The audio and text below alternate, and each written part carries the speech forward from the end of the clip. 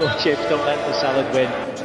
That's the message in terms of nature of the food maybe that we consume in Wales. It's Wrexham.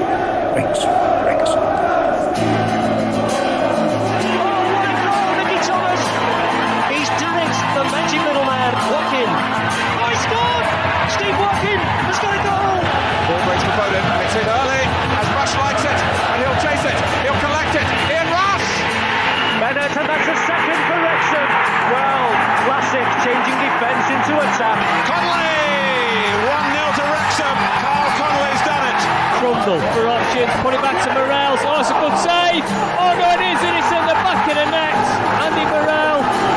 What a goal! What a goal! What a goal from Al Robson Cardiff!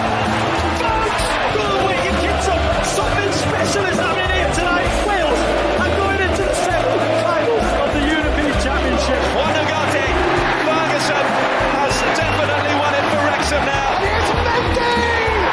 There's that race-class roll again! Saved by Foster! Wales are going to the Euros next summer. Wilkinson's wonderful Welsh women. Wales! Wales have done it! They've reached the World Cup! It's him again! Champions! Wrexham are promoted! They have their storybook ending! The first team in history to eat more chips and not let salad win.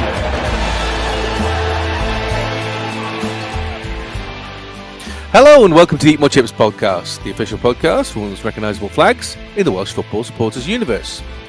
Still no Daz this week as he's having a head lift to make himself taller, but in a week when a two-part documentary has discovered that a song that we all learnt as children, that Hitler had only got one ball, was not simply a piece of Allied propaganda but rooted in reality. After analysing Hitler's DNA, the programme makers have discovered that the dictator had Kalman syndrome, which affects the development of sexual organs. Typical symptoms include low testosterone, abnormal genital development, and a lack of a sense of smell. Hitler's body was destroyed after the war, however remnants of his blood remained, meaning that 80 years after the end of the war it can now be analysed. American soldier Colonel Roswell Rosengren, an information officer under Allied Supreme Commander General Eisenhower, was the man who unwittingly preserved Hitler's DNA by cutting a swatch of fabric from Hitler's sofa, where Adolf committed suicide, as a memento. The blood stain has now been analysed by a forensic expert who analysed the remains of Richard III when he was unearthed from the Leicester car park. Tests revealed that Hitler had a higher than average chance of having ADHD and was in the top 1% of people at risk of having autism, bipolar disease and schizophrenia. The analysis suggests that he also had a high genetic propensity for antisocial behaviour. No shit, Sherlock. A factor of diagnosing whether or not an individual is a psychopath. The team then analysed Hitler's DNA for sexual abnormalities. Professor Jorma Topari, the specialist at Finland's Turku University, said 10% of kids with this kind of mutation might have a small penis, a micropenis. A much more common feature would be that the testes don't descend normally to the scrotum. You know, sometimes these things just write themselves. Micropenis? It's Jamie! That's quite possibly the worst one that you've ever done, that. I'm getting accused of having a small dick, and there was a little bit of a comparison in there to Hitler, which I'm not overly keen about. No, I never said that. No, I never said you were Hitler. Yeah. I never said you were Hitler. Okay, because you haven't got a moustache, so yeah, it's fine. Yes, so no Daz, but he is here in spirit, and he has sent him a welcome message. So, hello, Daz. Sorry I can't be with you there, guys. It's been one of those weeks this week. Better than last week, though. God, that was rough. Really rough. So, sorry I couldn't have joined you, but that's the way it had to be. Sorry I can't be with you. Work is pretty busy, so I'm going to have to send you my predictions and catch up properly with you sometime soon. All right, speak to you in a bit. Sometime soon? That sounds like he's breaking up with us. I know. It sounds like he's found another podcast to go off with. Who would do such a thing? I know. What a horrible thing to do. Well, you know. if there's something better, you always go after something better. Yeah. Anyway, it's been announced this week the host venues for the 2028 Euros have been announced, and Cardiff will host the opening game of the Euro 2028 Championship with the semi-finals and a final scheduled to take place at London's Wembley Stadium. 9 venues across 4 hosts, England, Scotland, Wales and Republic of Ireland, will stage the 24-team tournament in 2028. UEFA's decision to play the first game at the Welsh capital was confirmed as the tournament was officially launched in London on Wednesday. The Football Association of Wales Chief Executive Noel Mooney said, this will be the first time that the Red Wall, our passionate Wales fans, will experience a major international tournament on home soil. It's truly a historic occasion that will unite communities, inspire future generations, and showcase the very best of Welsh football and culture on the world stage. Unlike in previous Euros, and here's the kicker, host nations will have to qualify for the 2028 tournament. However, they will be guaranteed to play their group games on home turf if they do so directly. The 4 host nations will each be in separate qualifying groups, with 2 spots also allocated to the highest ranked of those sides who don't make it from their various qualification routes. So first things, great that we get to have the opening game and we get a couple of group stage games, we get a quarter final. Bit of a bitch, Jamie, that Cymru don't automatically get in as hosts. So just to clarify that I've understood correctly, this is a new thing where no host nation going forward get automatically qualified. No, I think it's because there are 4 hosts and they don't want to give away 4 places. So have the shithouses across the border have they got in? No, they have to qualify. They have to qualify as well. But of course, they're going to have a much better chance of qualifying because they're going to be in a higher seeded group and they're going to be against, Uppy Puppy Stan or whatever it is, whatever. It is shit for all 4 home nations that are involved in hosting this because it's going to be a bit embarrassing if one of them don't qualify. Well, yeah. If England qualify automatically, there would still be 2 places for 3 teams if any of the others don't qualify automatically. But let's be honest, what are the chances of Scotland, Wales and Republic of Ireland qualifying automatically? Pretty nil at the moment. Because we're all having to go through. Scotland and us at the latest World Cup are going through the playoffs by the looks of it, and Republic of Ireland nowhere to be seen. From the point of view of a spectacle kind of thing, it's great that the Euros are going to be held in this country or in the UK kind of thing, which is great for football generally and kind of football fans generally. But I don't know, it does create a bit of an issue, doesn't it, where you've got 4 host nations in essence, because you've got 4 national teams that are all in a little bit of a pickle. Let's just hope that we can qualify for it, because like I say, it'll be a bit embarrassing if we're one of the hosts and we're not in the tournament. And I'm wearing my brand new Wales shirt today. I can see that. Yeah. It just shows the difference. It just shows the difference between Adidas and Macron. This is a 2XL, and it's like a tent on me. Normally, for Macron, I have to order at least a 3XL, 4XL comfortably. So. Yeah. The size difference is absolutely ridiculous. But what's the stripe on the front like in the flesh? Yeah, you've seen it in the flesh. Yeah, it's not. It's printed on. There are the 2 borders which are kind of top and bottom. This border here and the one below at the very bottom, they're raised, but the bands is a flat. It's all flat print. But it does say don't lift it up higher. I don't want to see it. No, I know. Thanks very much. But it does say Cymru in very faint in the green. It's okay. I'm not sure about that because I have my name and number put on it. I'm not sure about the font because the font is a little bit weird. Again, I don't want to show you my whatever, but Git 616. No, it says it's Welshtechie in 9 on the 9. Back. Yeah, number 9. I'm a number 9, mate. Yeah, of course I am. Shut up. Anyway, yeah, it's all right. Is it worth 90 quid? Yeah, I don't know about that. I don't know whether it is. If you detach the price of it, which we've talked about before, just as a shirt collector and connoisseur, what would you rate it out of 10? I would say probably a 7. 7 out of 10. It's not amazing. I'll tell you one thing that I am noticing about it, which I didn't notice on the pictures when we were talking about it last week, is the Adidas stripes on the shoulders are very prominent. Yeah, they're very very big, aren't thick. They? But again, they're raised. They're not printed. They're all raised. They're not printed. Whereas, and the badge is raised, and the Wales badge is raised. But as I say, these bands here, they're all printed. It's crazy because I saw a few comments saying about the size of the Adidas badge on the chest, but I'd not noticed until I've seen it on you there. It's on the shoulders. That they really take over that, they do. But you can see can you see the text on the back there? BITCH. Yeah, that's right. Yeah. So that's it. Yeah. I mean, again, I'm not sure about the font. It's all right. I think it looks quite cool. So, well, I won't be buying another one anytime soon. Let's put it that way. Not at 90 quid.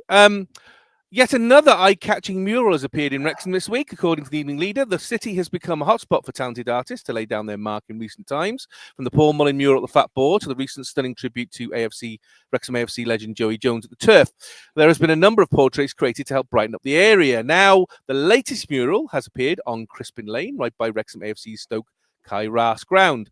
It is in the process of being finished by Moorwalls, the same people who created that fantastic Minor mural. I've seen that, Jamie, in the Edgerton Street in October last year. This one features a picture of Wrexham Women star Lily Jones, men's team manager Phil Parkinson, and former Red star Ben Tozer. It also features the World Balch, which is Welsh for proud, and is situated near to where the work of the new cop is being carried out. It also features a couple of dragons and, of course, the Wrexham Club badge. Masterpiece is expected to be completed over the next few weeks. I don't know whether you've had a chance to see it in person yet.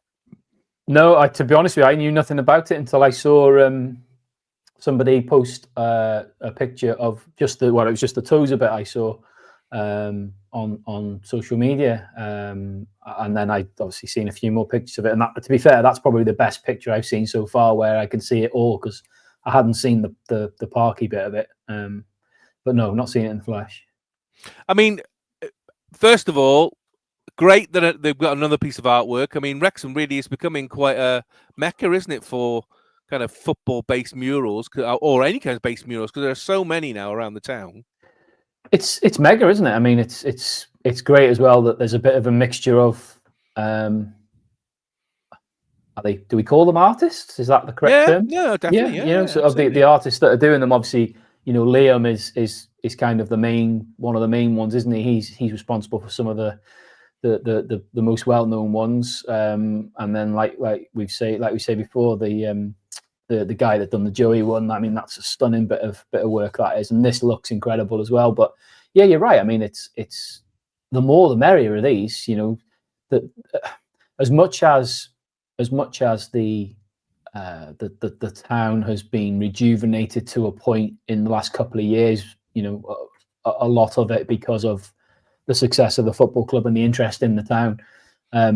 Unfortunately, like every other town and city in the country in this day and age, unfortunately, there are lots and lots of sort of eyesore areas in and around the city and the cities and towns, and Wrexham's no different. So for me, having things like this kind of done on some of these big open spaces is a great addition, because it's they've all been superbly done, and like I say, we've said before, as crazy as it still is to get your head around the fact that we've got hundreds and thousands of people who are coming to Wrexham because of the football club.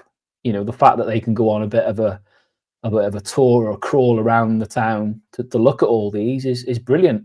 So yeah, the more the merrier as far as I'm concerned. But this one looks mega. I can't wait to see it in the flesh.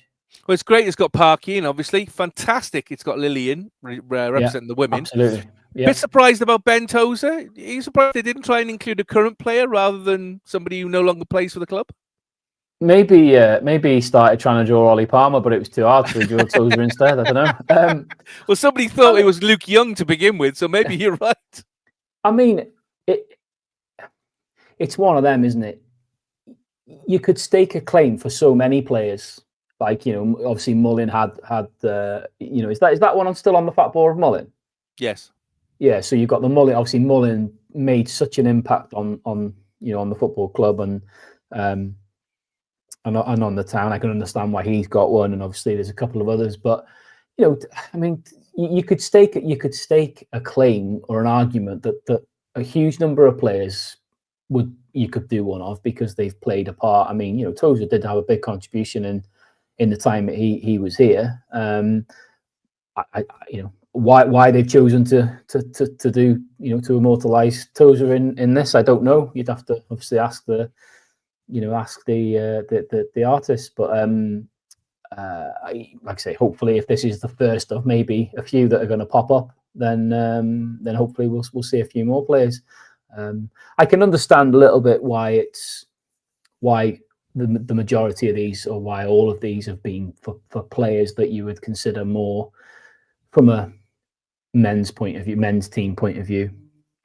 I think you can understand why they've picked players from the last few seasons rather necessarily than a current player, if you like, because like we've talked about, I think, as a fan base, we're still kind of falling in love a little bit with this group of players, aren't we? Nobody's kind of hit those levels yet that you call kind of legendary status or cult hero status, whereas there are probably quite a few from the squads over the last couple of years that fit into that bracket. So I can understand why they've gone with Tozer, but like you've just said, I a little bit surprised because there are probably a few other players that you could name that you would think. I'd put Max Cleworth because of the path he's had from National League, and he's he's fairly local. Yeah, he's a defender as well, same as nothing at all wrong with Ben, but I just think Max would have been nicer. But I'm probably picking because then you would have had Lily and Max in the same one. But I mean, what amazes me about this is basically just a bit of boarding that's covering up a building site. Yeah. I mean, is this what we should be looking at as a permanent feature when the COP is built? This kind of thing, do you think? I'm not sure. I'm not sure externally whether this kind of thing would fit the aesthetics of the new COP. If you look at how it's been designed and what it's supposedly going to look like, I'm not sure they necessarily want. Not that I'm saying this looks incredible, but I don't quite think it fits the aesthetics of that new stand build. However, on maybe some of the internal concourses or something, maybe you could have, I don't know, or certainly on some of the other internal concourses on the other stands. There's big, as we know, there's big breeze block walls in the stands which are just bare. You could put stuff. You could commission a couple of artists to do some. They'd look really cool. I don't know. You never know. They might do, but I would imagine that they won't go down this route externally on the new stand. I think they'll want to keep it sort of clean and consistent. Obviously the statue, which we're all expecting of Joey, and the wheel obviously from the colliery. Beyond that, I'm not sure what else will be there, but like I say, I can't wait to see this in the flesh. Looks mega.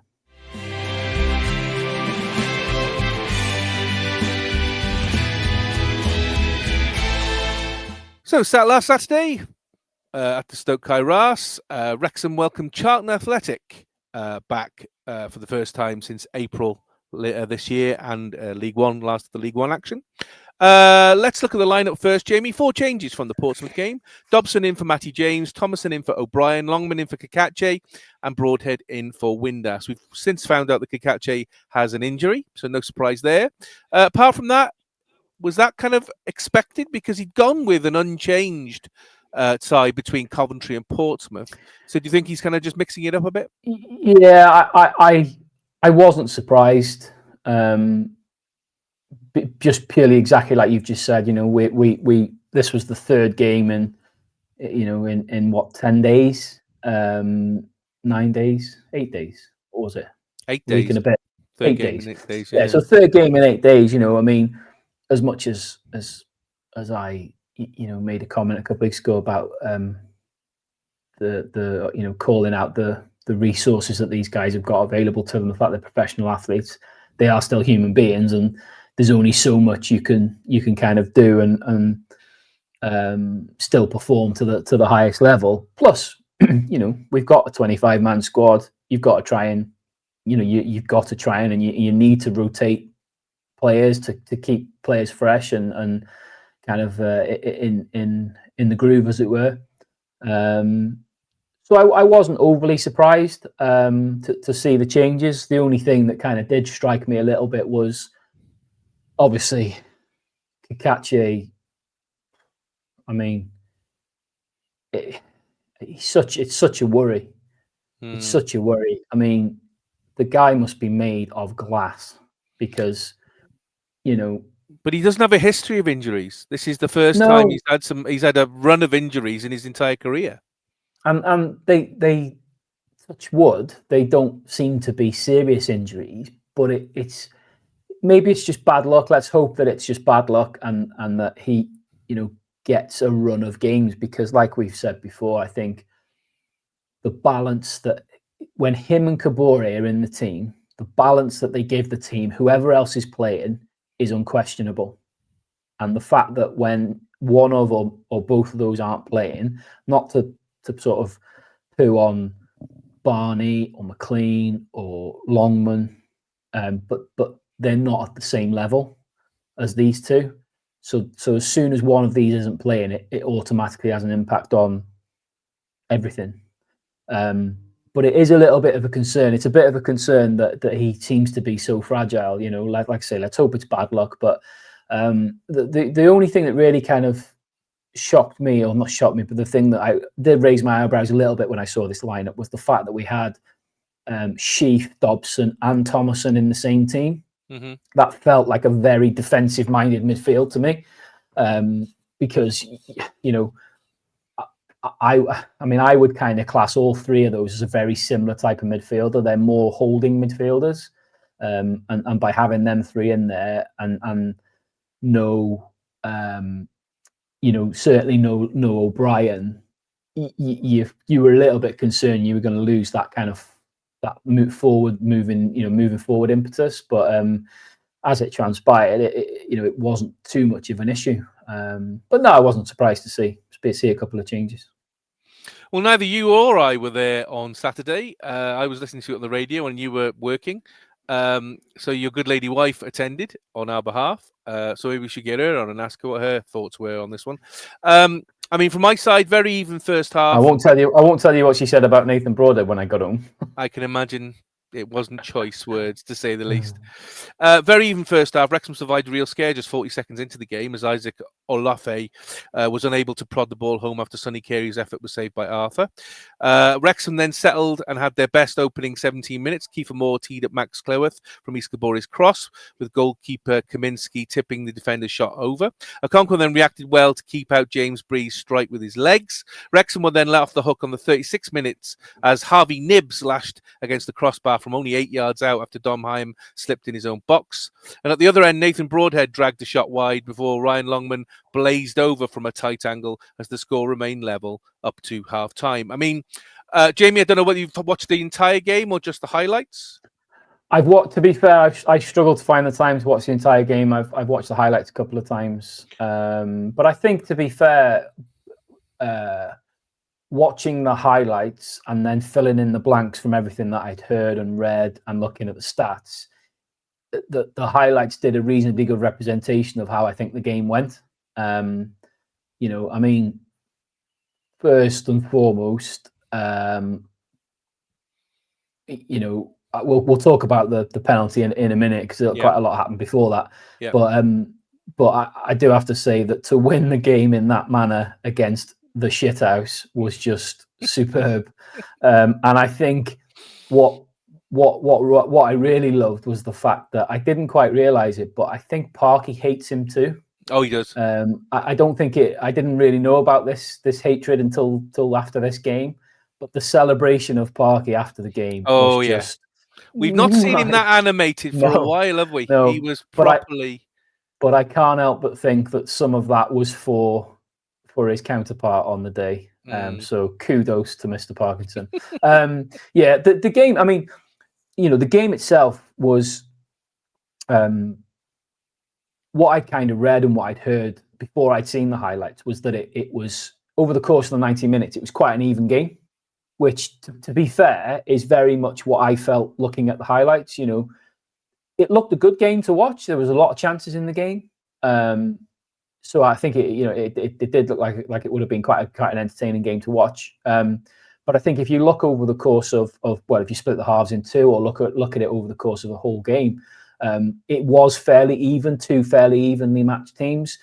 Both had, even though if you look at the stats, we had more possession, which is unusual. We had more possession. We did have more shots. We did have more shots on target. But you would probably have to say, if you're being fair, you'd probably have to say that probably the better chances overall with Charlton. I mean, obviously, like you said, Arthur makes two unbelievable saves right at the beginning and right at the end of the game. Yeah. The one at the end of the game was out of this world. Absolutely. And I'm not entirely convinced. I watched it back several times. I'm not entirely convinced he didn't get a touch on that one that hit the bar. Now, the referee didn't think so because he gave it as a goal kick. Yes. But I watched that multiple times, and if I was a betting man, I would put money on the fact. I think he's got a touch to that, which if he has, is an unbelievable save. I mean, Arthur, there's been some criticism for Arthur, hasn't there? But he's been fairly solid the last 4 or 5 games, hasn't he? I mean, two clean sheets, in the last 3. The last few games, the last sort of half a dozen games, overall, he's been superb. He's made some massive saves. He's very much reminded us of what. He's very much reminded us of his strengths in his game, which is his shot stopping. That's always been his number one attribute. When he's on it, his shot stopping is phenomenal. But I stand by what I said, whether it was last week or the week before. I have definitely seen an improvement in some of the weak parts of his game. His distribution seems to have improved. The one thing I've noticed more than anything else, and I've seen a couple of other people commenting on it, so it's not just me spouting bullshit for a change, but it's that command in the box. He is definitely doing more of that. Now, like I said, when I mentioned it a couple of weeks ago, granted, he is punchy. He's opting to punch the ball, but that's just the modern way. That's the modern way of doing it. What's most encouraging is the fact that it's obviously something that him and the goalkeeping staff have identified as a weakness in his game and something he needs to improve on and work on. And he's stepping up and he's doing it, because when you are as big as he is, you've got to be commanding at certain times in the game. You've got to dominate your box, and he's definitely doing that more, and it's showing. So I'm thrilled for him. I'm absolutely thrilled for him that he's starting to come back into some form, because it's gonna give him his confidence back, because his confidence must have been really low when he came, and I think you could see that when he came back into the team, he looked a bit iffy, and there were some question marks over, can he do it at this level? But I just think his confidence was that low, because I honestly think he probably felt a bit hard done by losing his place at the start of the season, to be honest. Yeah. So I'm chuffed to bits for him, and thankfully it's just reminded us how good of a goalkeeper we've got there, and one that's still got huge potential. But he massively had a big impact on this game. But I think, like I say, I think if you look at the chances in isolation, I think they definitely had the best chances, although we probably had more chances. We did have some big chances throughout the game. Broadhead's had a good chance. Max has had a good chance in the first half. There was that header that, to be fair, that Dom Heim had, which it looked. I think it was it looked a better chance than it was. I think it was a very, very difficult one to convert. And to be fair, he did the best he could with it. And obviously in the second half, Kiefer Moore's flashed that ball across the goal, and it, really somebody should be barreling in there to put it in the goal. But I think overall, during the course of the game, excluding the penalty incident, it looked like two very evenly matched teams. As much as I hate Nathan Jones, credit where it's due. I think he's put a good, considering they made a run for the playoffs and they ended up getting promoted through the playoffs. The recruitment's been good in the summer, and he's put together a very solid team. They statistically, you can see they're a hard team to beat, and you could see that. But I think what it did show is it showed kind of the trajectory we've come on this season and the path we've come on this season, because we have also now become a very hard team to beat. Parky has made this group of players. There's a cohesion there now between the group, which was always going to take time, but there's an understanding now between the group. You can debate till the cows come home that the football isn't necessarily as attractive as you might want to see, which I've spoke about many times before. But what it is it's effective, and he is starting to get a tune out of most of these players to understand his system, whichever slight variation of it is, and to basically get back to where we were of, come and beat us. We'll set up our way, you come and beat us, and that's proving very difficult for a lot of these Championship sides. You're looking like, what's that now? Unbeaten in 5? Is that 5 or 6? Yeah. If you look at those 3 games, those 3 games before the international break: home to Coventry, away to Portsmouth, home to Charlton, and you've taken 7 points from those 3 games. You can't, and kept 2 clean sheets in those games. You can't moan at that. No. So I think, in fairness to kind of where Parky's got to at this stage, is he's made this team a very hard team to beat, which is a great trait to have, isn't it?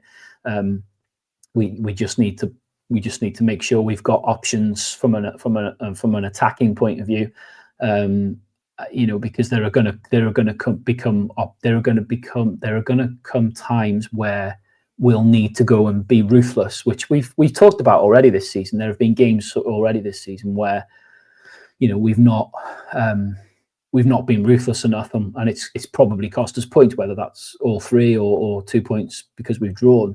And if we can find that sort of ruthless streak on top of the foundations of a very hard team to beat, that's going to be a great recipe for like the second half of the season. Well, second half, more flashed out, I say, a header across the goal from George Thomason's inviting corner. Longman firing well over soon after. Josh Windasley, Lewis O'Brien and James McLean replaced Broadhead, Thomason and Longman midway through the second half. And that turning point that Jamie was just talking about came 15 minutes from time, as referee Lee Doughty awarded Wrexham a penalty as substitute Hernandez handled McLean's cross.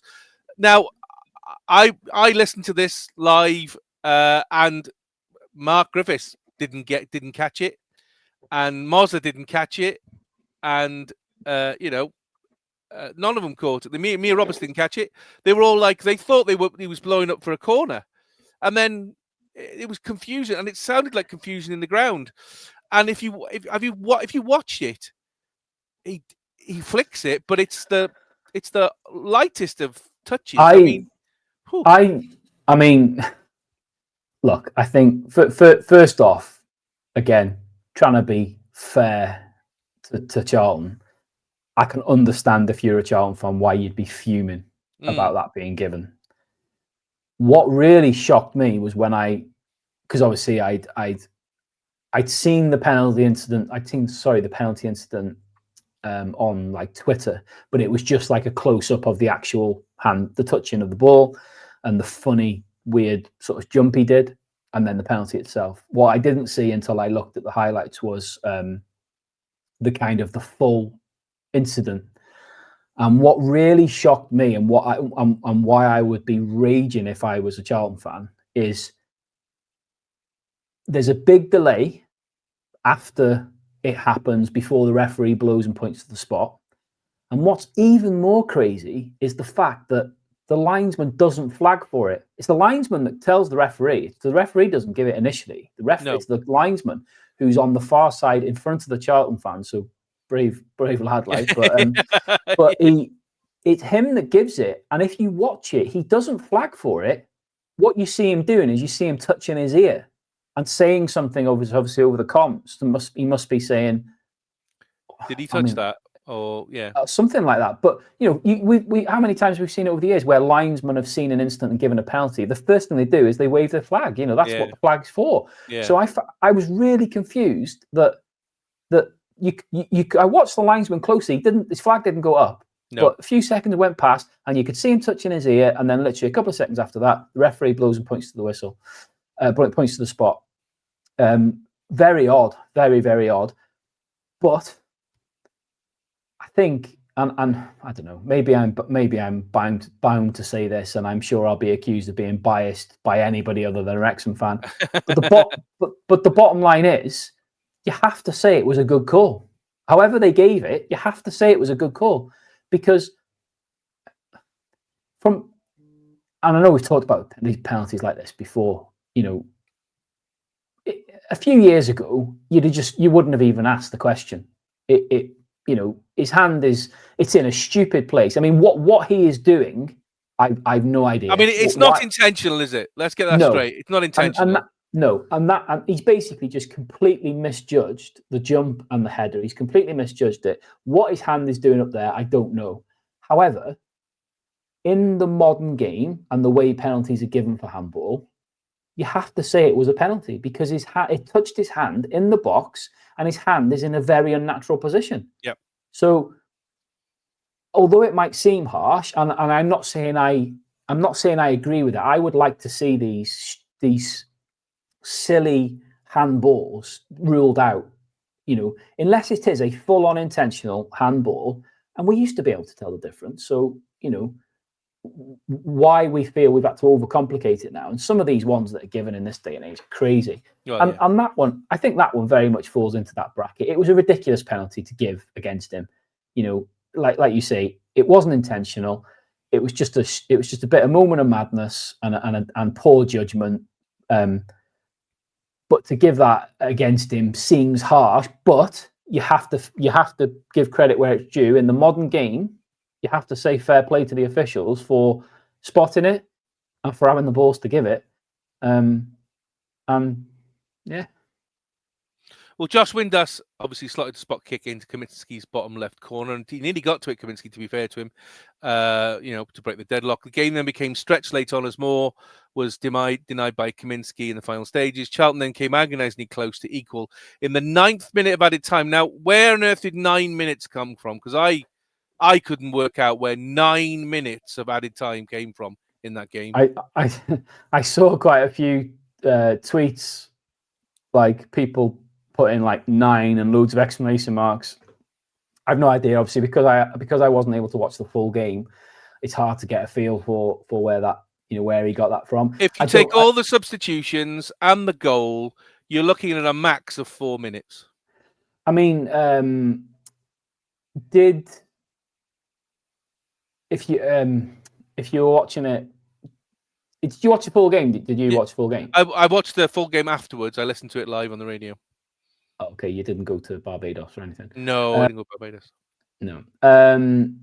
The only thing I could think of was there a lot of time taken up around the penalty incident, whether it was Charlton players complaining or not an excessive amount. No, not 9 minutes worth. I mean, maybe you'd stretch it then to 6 minutes, but it wasn't. 9 minutes is normally a serious injury, and there wasn't a serious injury. So, in that case, then I'm not sure. Because, like you say, it was just mad. Yeah. I mean, as you rightly said, Charlton came agonisingly close to equalising. Okonkwo tipped Luke Berry's header over. Fantastic save. Wrexham ultimately hung on to have back-to-back league clean sheets for the first time this season. And Wrexham finish before the international break 13th in the league with 21 points, 11 points away from the relegation zone. We're moving further away from there, which is great. Only 4 points off the playoffs. And most importantly, thank you, Jacks, still the best team in Cymru. So thanks for that. Couple of things I just wanted to ask. Dan Scarr. This is somebody who came in last year, gave us all massive hopes, and then didn't really perform. We kind of wrote him off. And then he's come back in the last 3 or 4 matches, and he's become this new super player. I mean, is it because of Dan Hyam? Is he just fitting in more because it's the championship? I mean, what do you see as this Scarr revival? It's like I said. I think I said it last week. It's a crazy thing to say, but he looks more suited to playing at this level than he did at League One. There might be an element of that to it. There might be an element to it where he's just. He's hit at the right time. He's hit a good spell of form. Possibly he's benefiting from playing. With Donheim.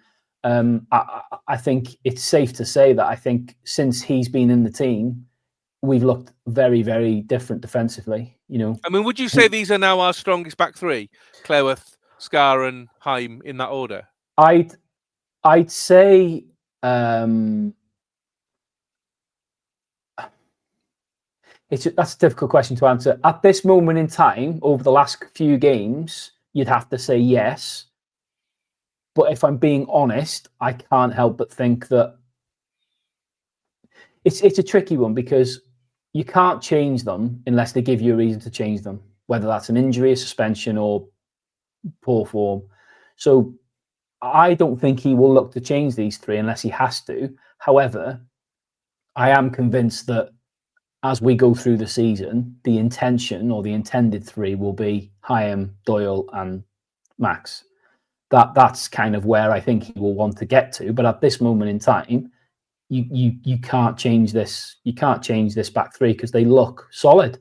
They look solid. You know, I think, like I said, I think Hyam has been, for me, I think pound for pound, he has to probably be he's probably our best signing that we've made. And I know that's a crazy thing to say when you think about Kiefer Moore and his goals, but Kiefer Moore, a striker, is always going to get more plaudits because they score goals. But honestly, I think Dom Hyam has such an impact on this team. But when you look at the money that he's cost and we paid for him, I can totally see now why the Blackburn fans were seething when they sold him, because what an unbelievable player. Yeah. But yeah, the other two, the other two playing alongside him, hats off to Dan Scarr. I think credit where it's due, because I think a lot of us as fans, I mean, we will never know.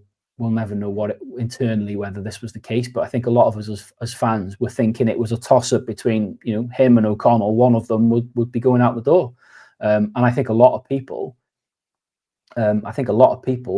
would have kept O'Connell over Scarr. Personally, I didn't agree with that. Of the two of them, I'm glad we kept Scarr, and it's easy for me to say that now, and genuinely, I said it at the time. I just felt O'Connell makes as good as he could be. I just felt he made too many big mistakes. But no, I think the main thing about Scarr's form, if anything, if I'm being honest, I think is it saved us a little bit because of the disaster that's been Conor Cody. Yeah. I don't think Parky thought Dan Scarr would be anywhere near this team. No. I thought, I think they would have bet on Cody, wouldn't they? I think when Parky brought Cody in, I think he would have at this point of the season, Cody would be playing in the middle of the three, week in, week out, probably as captain, and it's not worked that way. It's been the complete opposite.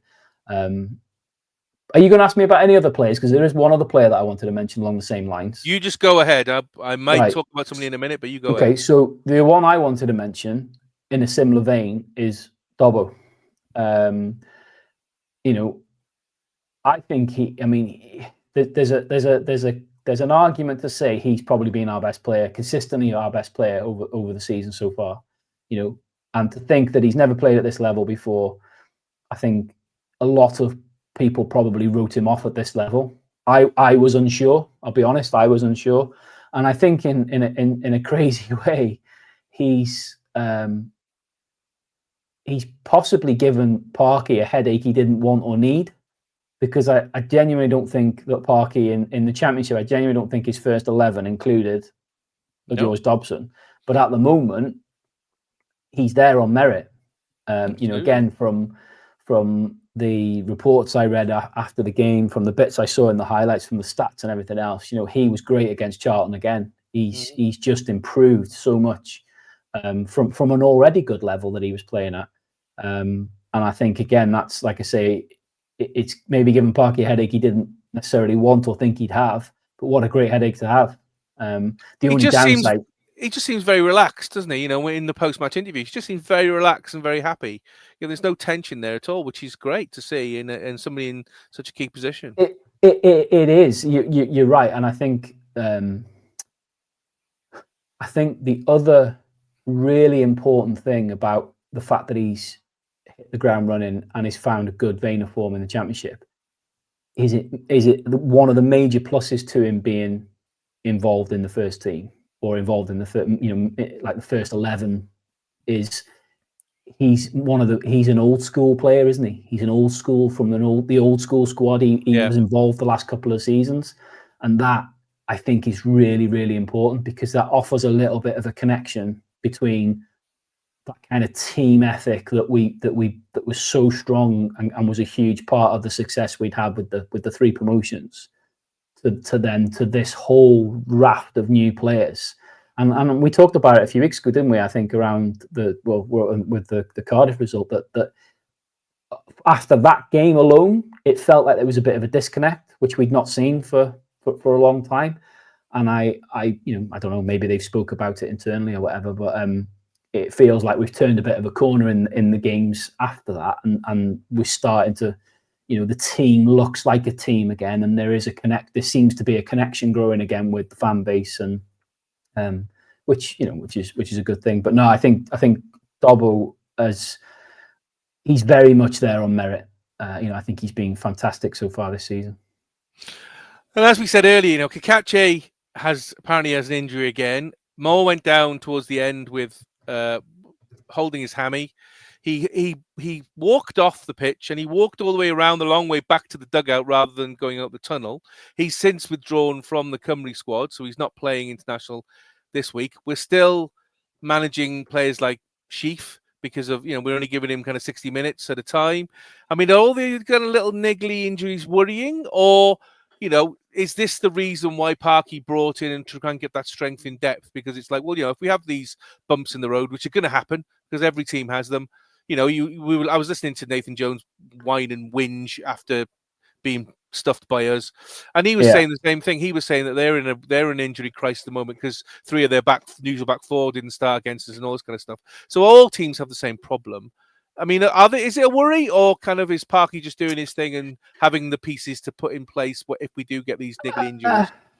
I think you'd have to say it's a concern. I wouldn't say a worry at this stage. You'd have to say it's a bit of a concern, only from the point of view that the injuries that we're talking about. So if you look at those 3 that you mentioned there, so like you said, quite rightly said there, you've got Ben Sheaf, whose minutes are having to be managed. Excuse me. And as we talked about when we signed him, from what we found out about him, in the last 18 months, he's been very injury prone. And that's really the only criticism of him. And I can totally see that, because for me, he is a outstanding footballer. Yeah. And I can totally see why only a couple of years ago there was talk of Premier League teams looking at spending 15-20 million quid on him. He looks an unbelievable player, but the challenge is obviously trying to keep him fit. And if that means managing his minutes, then I'd rather get 60 good minutes out of him every game. And then if you're in a position that you can bring a Dobson on, or a Matty James on, or a Thomason on, or whoever it might be, then I'd rather do that than risk pushing him to play a 90-minute game and risk picking up a niggly injury. The Kakache one, like we talked about before, that is a worry, that is a concern for me, because ultimately we're a third of the way through the season now, and he's missed. I mean, I don't know how many games he's played, but he's missed more than he's played. That's for sure. Yeah. And like I said before, I can only reiterate what I said before. I'm a firm believer that for this system to work, Parky's system, whatever variation of it is, there are slight variations he plays, but for it to work, the wing backs have to be, up there every game as you in your top 4 players. And I think we've been very lucky over the last few years. Obviously Barney was outstanding in the National League, in League 2, and certainly the first half of last year. Longman came in January last year and was good. James McLean has massively contributed. Even before that, if you look at Mendy, he had good games in the National League for us. It's such a crucial part of the way that we play. But as I've said a million times, when you've got Kakache and you've got Kabore in this team, it's a very different team. Even if they haven't necessarily played at their best, during the course of the game, they just give us the best balance, because they are the most natural and technically best wing backs we have for each side in our squad. So by not having one of those available is a problem. And it is a bit of a concern that Kakachi seems to be made of paper mache, and seems to be picking up injuries, whatever kind of injuries they are, left, right, and centre. And like you say, it's a bit of a head scratcher because he's not been injury prone in his career. So, I guess it would be fascinating to be able to have a conversation with like Kev Mulholland and to try and get a bit of an understanding as to, is there a reason for it? Is it, because obviously he's never played in this country before. Yeah, is it something to do with playing in the UK? Who knows? It's really hard. It's hard to accept that there was a reason, isn't it? Because he's been playing in Italy. Now, I know it's a different country, but ultimately, it's not like the facilities are going to be. It's not like he's going to have been training on. They train at Collier's, for Christ's sake, which is right up there as fantastic facilities. Yeah. The pitch they've got to play on, or to be fair, not even just at home, but any pitch in this league is unbelievable. And is going to be just as good as the pitches he's been playing on in Serie A. So I can't believe it's anything to do with facilities and this, that, and the other. I can't believe that like climate or anything is to do with it. But I don't know. It's a mystery. Maybe he needs more pasta. Maybe that's what it is. Maybe that's what I don't know. But it's either there is a root cause that we're not sure about, and if there is, and they know what it is, and obviously they've got to try and fix it, or it's most probably, or let's hope it's a situation where it's just a spell of bad luck and he's just picking up niggly injuries. But I really hope that we can get that and put that behind him, because we need him and Kabore to be in the team consistently, really, particularly when you think about this busy Christmas period that's coming up and how important that is for the season. And then obviously Kiefer Moore, I know Parky's come out and said it's not a bad one, which is great news for Wrexham. I think it's boiled the piss of a few Wales fans, non-Wrexham Wales fans. Absolutely, yeah. But it's good news for Wrexham, and by the sounds of it, they're just going to utilise this international break to rest him up, and I think I'd very much be expecting him to be on the team sheet when it comes to Ipswich a week on Saturday. That's a big one. That's a big one. We have very much, as happy as I am where we're at this season and kind of the position that we're in, we have very much gone, all chips in on Kiefer Moore. And as we've talked about many times, when he's not in the team, we look a very different team.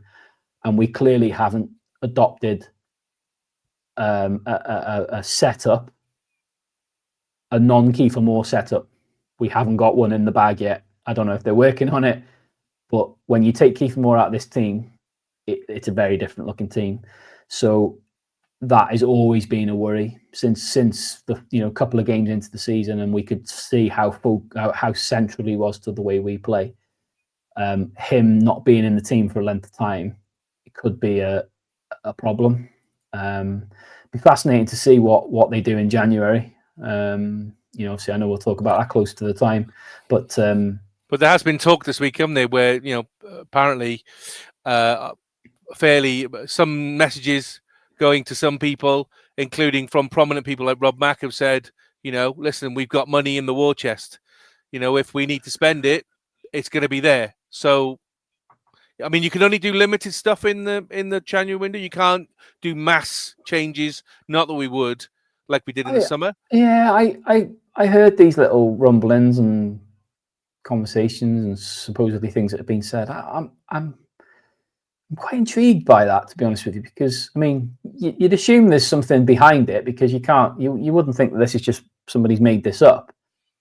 But it's quite a risky thing to, if Rob has said that to anybody, that's quite a risky thing to do that, because all you're going to do is put clubs on alert. Clubs know you've got money to spend and you're looking to spend, then they're just going to, oh yeah, no problem, you can buy him, but it's going to cost you this, which is probably 20% more than what it would have been. I mean, like I say, we'll have a conversation about the January transfer window close to the time. It'll be interesting to see, but I'm not, in regards to the injuries, I'm not overly worried, because injuries are part and parcel of the game. They happen. It is what it is. And this is why you have a deep quality squad for injuries and suspensions. It's just a little bit of a concern, I guess, that the three that we've spoken about there are quite integral to our success, I think, this season. And I've got to mention him, seeing as you mentioned him earlier, Nathan Broadhead. He started quite badly in the eyes of fans. He had a moment where we thought, oh, here we go, here he is, click back in, and now he's gone back into obscurity again. What's going on? This is our. I know you don't want to hang that big noose around his neck saying he's the most expensive player we've ever signed, but he's on the bench more than he's starting. I mean, what's going on with that? Briefly, I know we could probably have a whole pod about it. Yeah, but... I feel for him. I feel for him a bit because I think obviously the price tag that's around his head must be a pressure, although that's not his fault. Absolutely not his fault. I have to be honest, I am completely bemused by the whole situation because I just don't understand. I don't understand why we felt it. I don't understand why we felt like we needed to break our transfer record to bring a player in that doesn't suit the system we play. That's the bit I can't work it out. Yeah. Now, I can only assume that Parky's thought process, the recruitment team's thought process with him, or the intention with him was he would play off Kiefer Moore, or he would play off a main striker. But obviously, you've already brought Josh Windass in, which is kind of where he is going to play. So, I mean, it's a hell of a luxury to have those two players as your options. But what it does mean is you've got a very, very good footballer. Nathan Broadhead is a very, very good footballer. We've seen flashes of it. Absolutely. We've seen flashes of it in a Wrexham shirt. We've seen it in an international shirt. And if you look at his highlight reel from Ipswich, he is a very, very good footballer. And all I can say is Parky's going to have to try and make it work somehow, because there's a huge amount of money invested in him. This is not the same sort of situation where, we're 2 years down the line or 3 years down the line after signing them, and take Tom O'Connor as an example, and there's various players, hasn't there, that have moved on. We take Tom O'Connor, for example, where a couple of seasons ago he was integral in our team, and unfortunately we've just kind of outgrown his level, and we've moved on and had to get better players, and thankfully he's moved on and found himself football again. We're not in that situation with Broadhead. We brought him in to play at this level. Yep. And somehow Parky's got to make it work. It'll be interesting, I think, to see. Obviously, it'll be interesting to have this conversation again at the end of the season, because if you remember last season, around this time, we were having a similar conversation about Ollie Rathbone. Yeah. What is he? Where does he fit in? Play? What kind of player is he? Yeah. And he turned out to be player of the season. Yeah. So, let's hope it's another one of those scenarios with Broadhead. But it does look a little bit. He cuts a very frustrated figure at the minute, and he looks low on confidence, which is never a good thing, for a footballer. Well, 24 hours later, and we were at the Globe in the Gennaro Adran Trophy last 16 to take on Llandudno Ladies FC. Starting lineup, 4 changes from the TNS game. Leah Burke making her first senior start in for Smith. Hannah Snape for Phoebe Davis. Faye Knox starting for the first time. And Cara Jones in for Abby Idenden. Jamie, great to see Leah Burke starting for me. I mean, she's been around the squad now for a couple of seasons, come up from the under-19s. She's made a lot of trips and never even got on the pitch. The fact that she's given this opportunity and did incredibly well with it, really promising to see. Brilliant. And what was really, in addition to what you've just said there about, coming into the team, playing really, really well. Granted, against quite a weak opposition, but played really, really well, more than held her own. But what was really heartwarming was listening to first of all, Jenny Sugarman talk about her in her interview after the game and talk about, her mentality, her personality, and how hard she works and trains. But it was so heartwarming to hear her interview.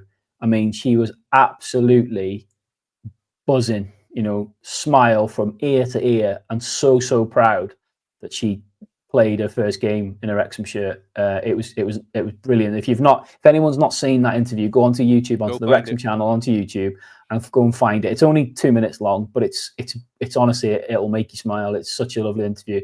But yeah, absolutely brilliant. I mean, she came into the team.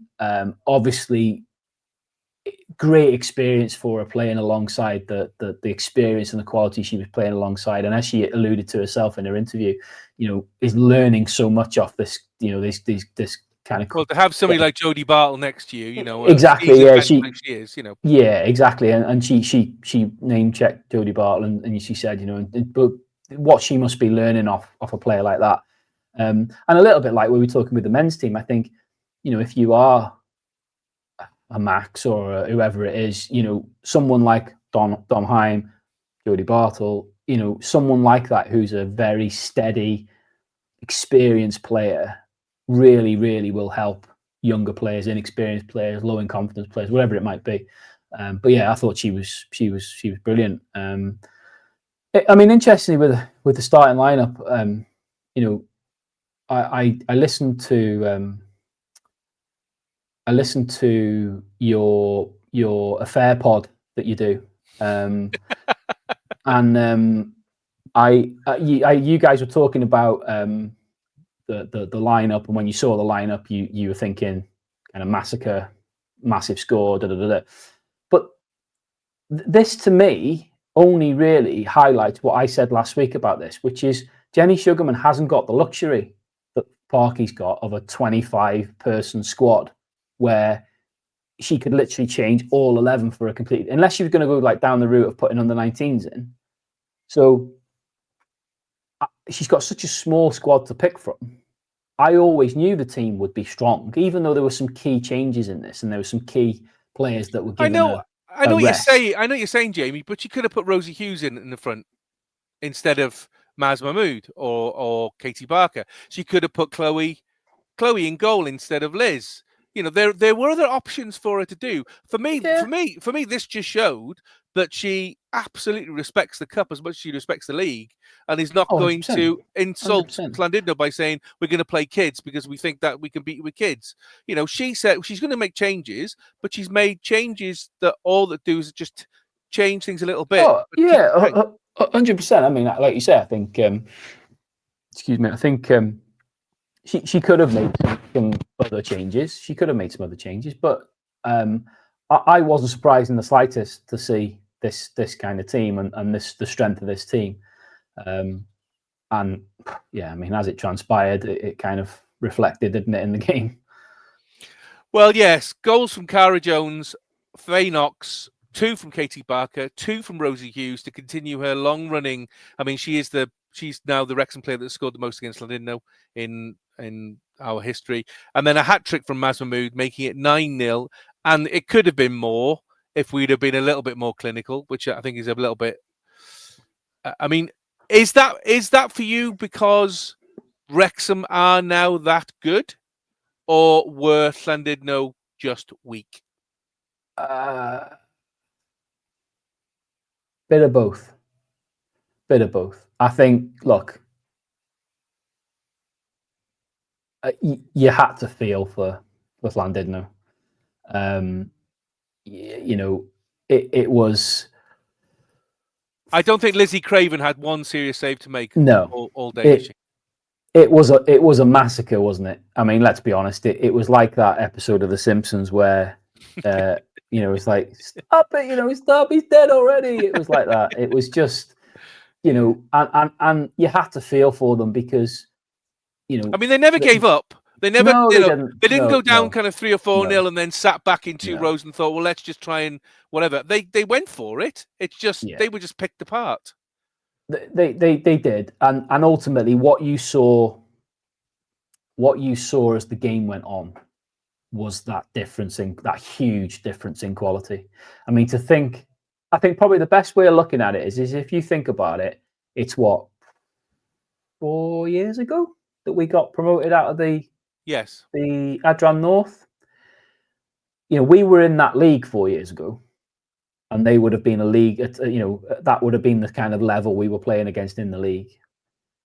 And I think if you look at passages of the play of this game, some of the passages of play, some of the goals, the difference in quality was just absolute night and day. The best example of it, I mean, you could dissect all the goals and talk about them all in depth, which I'm sure Matt has done in his breakdown, which I've not had a chance to look at yet. But for me, the best example of what I'm saying was Maz Mahmood's third goal. That was unbelievable technique. Absolutely. And at any level, that was unbelievable technique. Yeah. The ball to her, the touch and the finish was absolutely unbelievable. And that single goal and move just highlights how big of a gulf there was between the two teams. Yeah.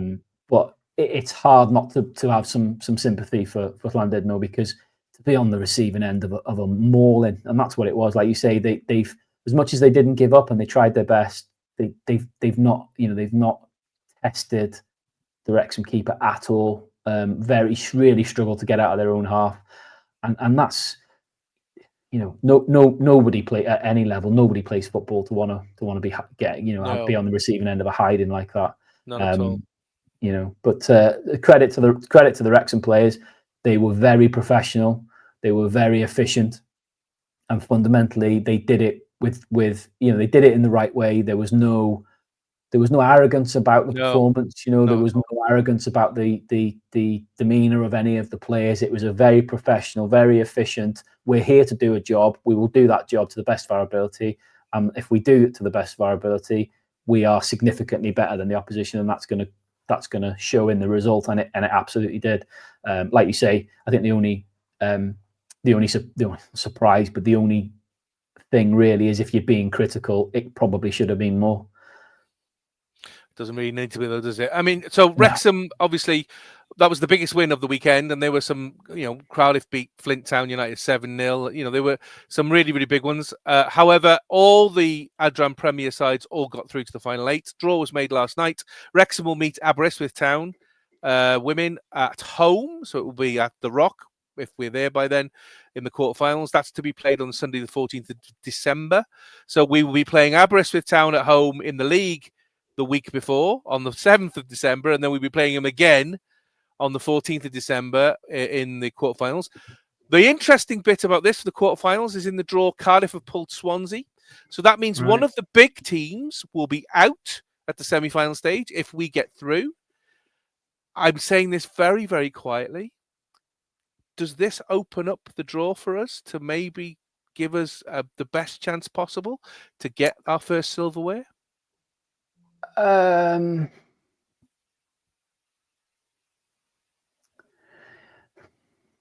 It's difficult. I understand. I don't want to get ahead of myself, but I understand. I understand why you would ask that question, and it's fair. I understand why you would ask it. My answer is that, to be honest with you, I think this is going to sound quite harsh, right? But the bottom line is, all this cup competition shows you is the gulf between the big three and the rest. If we're being brutally honest, so I think by proxy, one of the big three would have knocked one of the other ones out at some point anyway in the run up to the final, and then it's highly likely that the other two will be in the final. Does that make sense? Yes. I mean, looking at the draw, Britain Ferry, Llansamble versus Barrytown United, you'd expect Britain Ferry to win that. Wrexham versus Aberystwyth, on current form, you'd expect Wrexham to win that. We're at home. TNS versus Ponty, you can't really see Ponty winning that because they're away as well. So that'd be TNS. And Swansea Cardiff, if Swansea can get rid of Cardiff at this point, that means it would be Britain Ferry, Wrexham, TNS, and Swansea in the semis. And we've beaten all three of those teams so far this season. I mean, I think the way I don't think Jenny Sugarman will look at that other. We'll look at the Cardiff Swansea game and think along the lines of the question you've just asked me. Like I say, I understand what you're asking.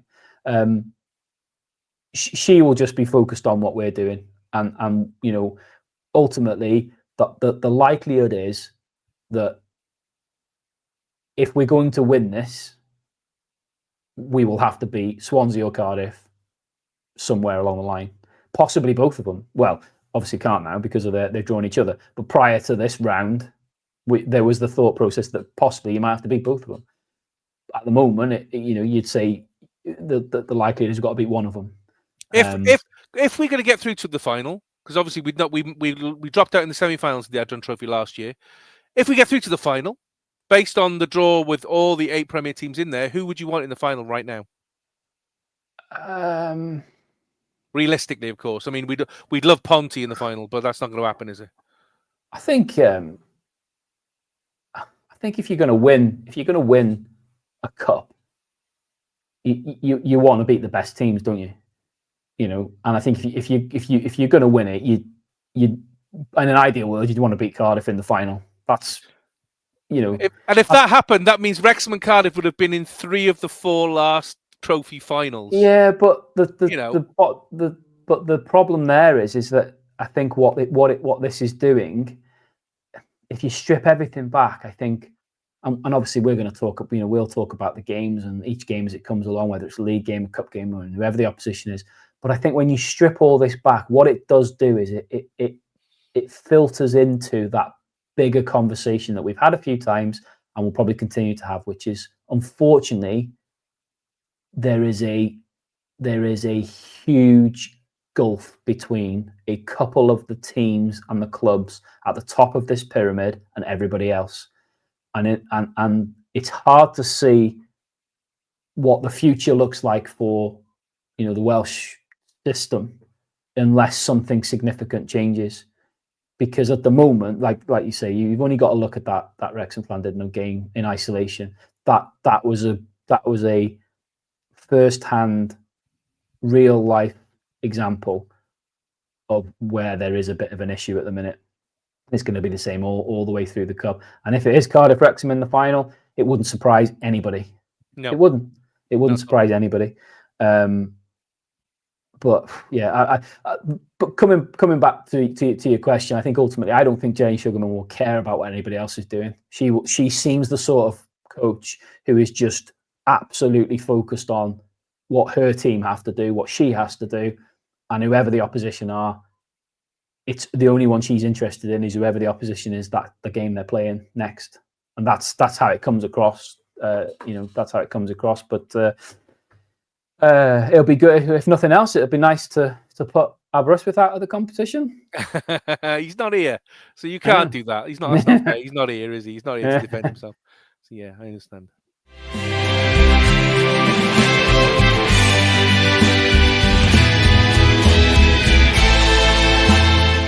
Now, the Eat More Chips podcast, it's time for today's newspaper, tomorrow's chip paper, where we catch up on Cymru and Wrexham football news. First up, Wrexham Academy took on Bradford City Youth in the Football League Youth Alliance at Darland on Saturday and won 6-2. Wrexham's goals, Ria Owen, Carrick Murphy and 4 from Sammy Chesworth. Wrexham finished the week top of the North West Division on goal difference from Blackpool and Bolton with that game in hand, although Carlisle a bit further down have 2 games in hand, so they could overtake us. Next game is this Saturday 15th at home to Preston North End Youth. Jamie, here we are again now, 3 wins in a row, and now the wins are starting to get convincing again. So it's incredible. I mean, obviously, we heard the news last week that Darland is now being improved again with drainage and whatever, and they seem to be playing more at Darland, which is great. So it's definitely becoming their home. And the future's looking rosy. I mean, as I say, we've come runner-up in this league twice in the last 2 years. Is this the year now we can finally get that top spot? Well, based on the last couple of weeks, yeah. Obviously, not too long ago, we were talking about. We were talking about the doom and gloom and the fact that there was we thought maybe there were the academy had been put on the back burner a little bit, which I still think there was something in that. I think the on the field results was clearly just a blip, because in the last couple of weeks they've very much got back to what we've become to expect from them. Like I said before, the bottom line with this whole academy setup is this such a crucial thing to be getting the wheels in motion on now, because this is going to feed the machine in future years. This is, yes, it's great in isolation, and at this time it's great that these lads have won this game 6-2, but the real thing for the academy is the longer term impact on the football club, isn't it? Because it's a horrible way to look at it, but ultimately the way the club are going to look at the academy and the investment in the academy is the with the view of, in 10 years' time, they're going to hope that we'll be an established Premier League club, and that this machine will start feeding assets, initially assets that the first team can benefit from, but then potentially an asset that can be sold for a profit. It's a horrible way to put it, but you kind of know what I'm getting at. It's Unfortunately that's the modern way. But there's such a crucial thing to get right and B get going. So the fact that they've, like we said last week, they made some key appointments in the academy. Like you say, they've done some additional work at Darlin. I think they've put in planning permission to do some more stuff there, haven't they? Drainage and whatever, yeah. So that can only be a good thing. Rian Wilkinson's Cymru side will travel to Spain to face Switzerland in an international friendly during the last international window of the year, according to the FAW website. The match will take place on Tuesday, 2nd of December, with an 11 a.m. GMT kickoff time at El Chapin Stadium, Estadio Municipal de Chapin, in Jerez de la Frontera, Spain. Oof, that was difficult. Switzerland are ranked 24th in the world, 8 places above Cymru, who are currently ranked 32nd. Switzerland, who hosted the UEFA Women's Euros for the first time in the summer, reached the quarterfinals of the tournament. The World Cup playoff finals in October 2022 was the last time these two sides faced each other. Cymru narrowly lost 2-1, with Fabian Hum scoring the winner for Switzerland in the very final moments of the match, despite Rhiannon Roberts putting Cymru ahead. This match will aid Cymru's preparations for the 2027 FIFA Women's World Cup qualifiers that will take place next year. Cymru, who are in Group 1 of League B, will face Czechia, Albania and Montenegro. A second friendly match has been finalised to be played in the evening of the 28th of November, also in Spain, and the opponents and venue will be confirmed in due course. Jamie, Rian Wilkinson's, again, pitching to get a side above us in the rankings. It's not that she's picking lower ranked sides and thinking, well, let's just give you a win, an easy win. She's actually trying to test this side and say, look, if we're going to play the best, then we're going to get better.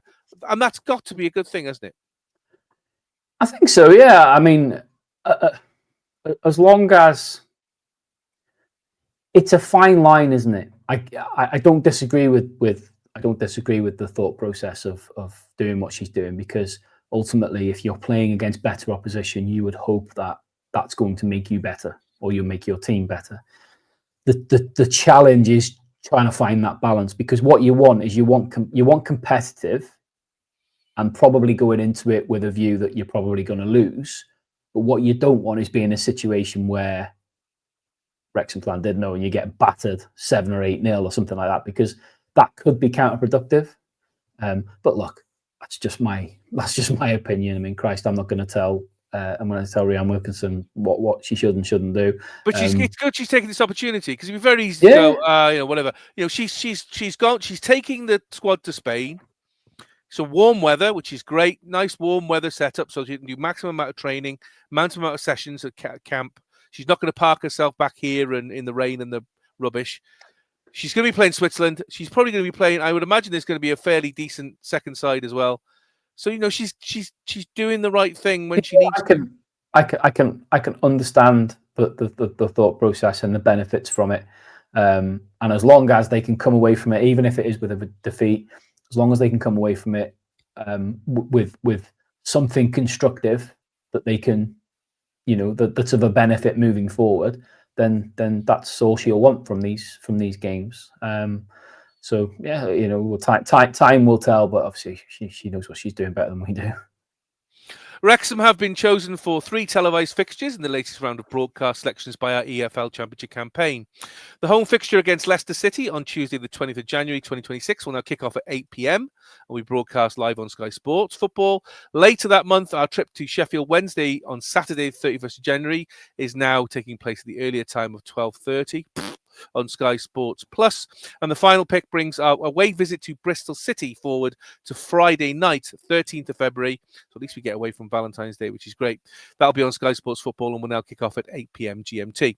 Supporters should note that all 3 fixtures broadcast on Sky Sports will be unavailable to stream on iFollow in the UK and around the world. That was the shocker, really, of that last bit. So everybody basically who's not got access to Sky, as in you don't subscribe to it in the UK or you don't live in the UK, you're going to have to find some other way to watch these games. That's a bit of a backward step, isn't it? And what about all these people who have paid for iFollow? These are league games at the end of the day. Why are they not included on iFollow? Have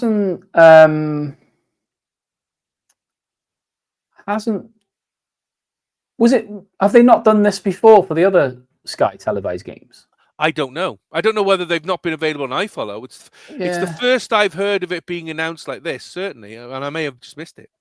Yeah, I mean, because what we've been on Sky, 5 times this season, maybe Something like that. Yeah, 5 or 6. If this wasn't the case for the previous games and iFollow still worked, then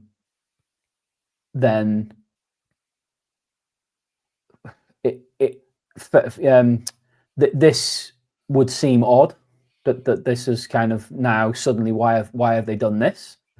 But surely you'd think that everybody abroad, if you're paying for iFollow, you're paying to watch at least. I mean, you understand maybe cup competitions because they're different, fine. But all league games, surely you would expect them all to be on iFollow. That's what you pay for. Well, that's the bit that is. I mean, ultimately, I don't understand how they can. The problem you've got is it was probably in the T's and C's, in very small print somewhere in the T's and C's. It probably did say it, and nobody reads T's and C's, do they? Let's be honest. But I dare say it was in there. I'm going to guess, obviously Sky have negotiated this, that any games they televise are not to be available anywhere else. As a league, if we've done the deal with Sky, then and taken the vast amount of money they've given, then you've got to kind of respect their kind of thought process on it. However, like you've just said, it's not right. It's not right that you've sold a season ticket, because a lot of our overseas fans, exactly. That listen to us, and a lot of overseas fans generally, not just American, but all over the world. Excuse me. We know how big Wrexham is around the world, and I'd love to see those. I'd love to see the numbers behind iFollow. I'd love to see how many people subscribe on a game by game basis. I'd love to see how many season tickets they sell. But the bottom line is that even if it is somewhere hidden in the T's and C's, that's a bit of a shit. That's up there with still selling memberships. In November. That's a bugbear of yours, isn't it, at the moment? Yeah, every time we say, you're like, oh, look, they're advertising it again. Look, they're advertising it again. Yeah, in case you couldn't tell, it really winds me up. It really winds me up. But it's in the same bracket, this is, because if you've got a fan who is based overseas and at the start of the season has chosen to support the club and the team and thought, right, I'm going to get myself a season ticket so I can watch the games when they're on, and it's not made clear from the off, and forget if it is buried in the T's and C's somewhere, it should have, that something like that should be made very clear and should reflect in the price. I mean, obviously I don't know how much an iFollow season ticket is, but I can only assume the price is on a par with what it was in previous seasons, because I'm sure a lot of overseas fans would have commented on it and said, "Oh, it's significantly cheaper this year. Why is that?" Oh, it's unless this is a new thing they just started doing, saying, "Okay, these games now are not going to be on iFollow," unless it is. If they've brought it in, like halfway, quarter of the way into the season, that's proper shithousery. That is, because that's really unfair. I mean, I don't even know. I mean, do overseas fans, like, is there any way they can access Sky? Because I don't think, because even though you've got like Now TV, which is obviously a subsidiary of Sky, that doesn't work outside the UK. No. They have to go to Paramount Plus or beIN Sports in Australia, which I have. So beIN Sports are very big in the Middle East. So I had a lot to do with beIN Sports when I lived out there for a few years, and they're rubbish. Because I used to get Andy Gray and Richard Keys on there, the two disgraced people from British sport who basically, the sexist, misogynist dinosaurs out there, because that's the only place they get any work. Are they still on? Are they still on there? Are they? Yeah, still on beIN Sports out in Saudi. Jesus. Yeah, I know.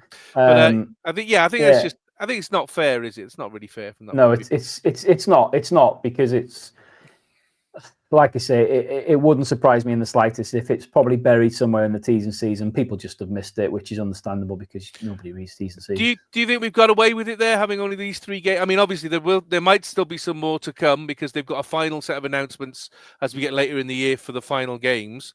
I mean, have we got away with it? I'm a little bit annoyed about the Sheffield Wednesday one, because I want to go to Sheffield Wednesday, and now with the 12:30 kickoff, I am going to have to start out so early in the morning to get there for that. The Bristol one's not great, is it, either on a Friday night now? Because again, that's, I mean, for you, it's not a huge. I'll go to that, but again, it's getting. Yeah. Again, if it was a Saturday, I'd go in on the train. Yeah. But now it's a Friday night. If I go in on the train, I'm not going to get back. So, but obviously that doesn't affect you obviously as much as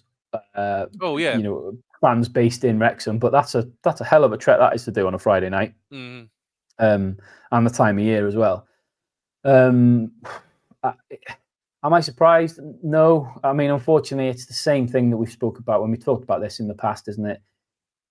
You can hate it and loathe it as much as you want. It's frustrating that they don't really think of the fans in these decisions, because, like I say, if you were thinking of the fans, you wouldn't move a game where Wrexham are playing Bristol City away to a Friday night. You wouldn't do it. But like I've said, unfortunately, you can't have your cake and eat it, and every club in the AFL benefits financially from this deal with Sky, and from their point of view, they're paying for the product, and therefore it's just something you've got to suck it up. And like we said before, if we do get to the promised land, and I know there's obviously a lot of people that probably don't want to get to the promised land, but I'm pretty sure we will get there at some point. They seem hell bent on wanting to get there. It's even worse, isn't it? Get used to it, because you'll be, Sunday kickoffs, Monday kickoffs. Yeah, I've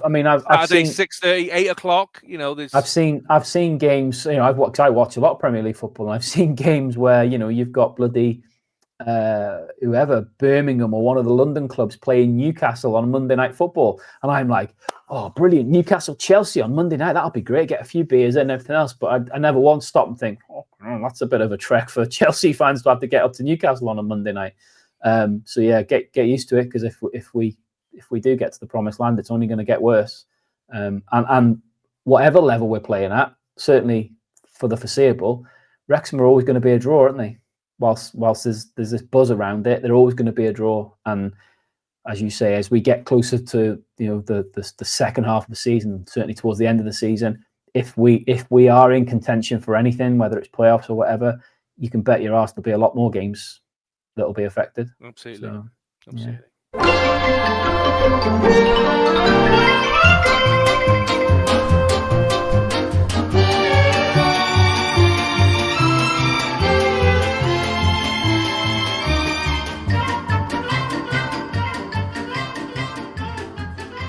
Stir the batter and scare off the rats. It's time for the chip shop.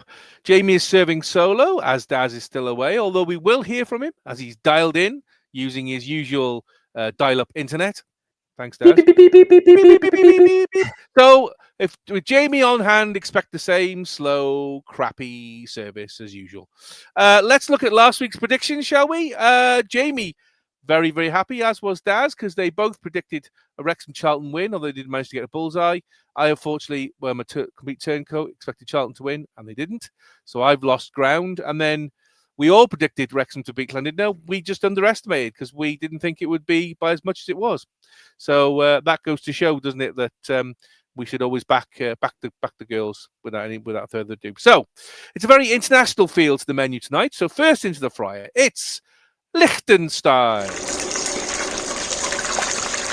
So the final two games of Group J of FIFA World Cup 2026 qualification begins with Cymru travelling to Rheinpark Stadion in Vaduz to take on Lichtenstein this Saturday, 15th of November. Kick-off at 5 p.m.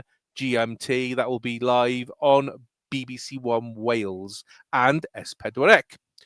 Currently, Cymru are third in the group with 10 points, 3 points behind North Macedonia in second, but this will be their game in hand as North Macedonia aren't playing. However, North Macedonia do have a +6 goal difference over Cymru, so we're really going to need to knock some goals in versus Liechtenstein. They are bottom of the table for a reason. They've played 6 and lost 6. Goal difference of -23. Cymru beat Liechtenstein 3-0 in the home fixture in June, with the goals from Rodent, Wilson and Moore. During this week, of course, Ben Davis, Ben Cabango and Kiefer Moore have all withdrawn with injuries, so in comes Isaac Davis and Rhys Norrington Davis to replace them. And the chips are done. So we're going away, we're going to Liechtenstein, but everybody else has hammered Liechtenstein. So we should win this, shouldn't we? Yeah, you have to say yes, don't you? I mean, granted, there's been some quite big withdrawals from the squad, but like you've just said it perfectly yourself. They are bottom for a reason. You know, there is absolutely no other way of looking at this game other than an expectation of a comfortable Wales win. That doesn't necessarily translate into a big score, but a comfortable Wales win is absolutely the only outcome that anyone can really expect from this game. And if it's not, then it'll be a big, there'll be some big questions asked, I think. Is there a fear for you that they'll be looking too much towards the North Macedonia game, which we'll talk about in a minute, and just thinking, well, we'll just brush these out the way and not give the due care and attention that this game deserves? Because it's not going to be a pushover. You still have to turn up and play what's in front of you. So you've got to do it, haven't you? So is there a fear that they're going to be looking too far ahead? I guess that there is that potential worry, because we've seen that many times over the years, not necessarily just with the Wales national team, but at all levels of football, whether it's domestically and, in the cup against a lower team, or, take Wrexham, for example, when we won the National League, that weekend, that fabled weekend where we went to Halifax, and all anyone was talking about was the Notts County game, and we got absolutely schooled at Halifax. So there is always that kind of fear, but this is where your manager, your head coach, whatever he is, this is where they come into it, because that's their job. That's their job, to make sure that the players, the team that he picks and he puts out on the team, this is his job, to make sure that their sole focus is on that game and not the Macedonia game. So time for the salt, vinegar and sauce score. As I said before, Daz isn't here in person, but he has sent us a message and his prediction, as he was very aware that he needed to provide, and these are his words, proof of life, is what he actually said. So Daz, what's your score prediction for Liechtenstein versus Cymru? First up, it's going to be the game for Cymru away to Liechtenstein, this is a tough one, really, because obviously you've got to travel all that way. It's not an easy place to go, but we should be getting a result against these guys. I know there's, so many places in the world rankings between us.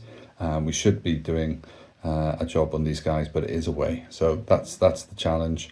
We've lost a couple of key players as well. So Kiefer's gone, Ben's gone. So it's going to be harder than initially. So on that basis, I still think we'll get the win. But I'm going to go for a 2-0 Cymru win. Oh, very conservative there by Daz. Jamie, what's your score prediction for Lichtenstein versus Cymru? You don't for more than 2. I mean, I think any Welsh fan will snap your hand off for a 2-0 win, but you don't for more than 2. I mean, Christ, if you look at their fixtures and the goals that they ship, I mean, Christ, 4-0, 5-0, 6-0, 4-0, 3-0. Obviously, I'm going to go for a Wales win. I'm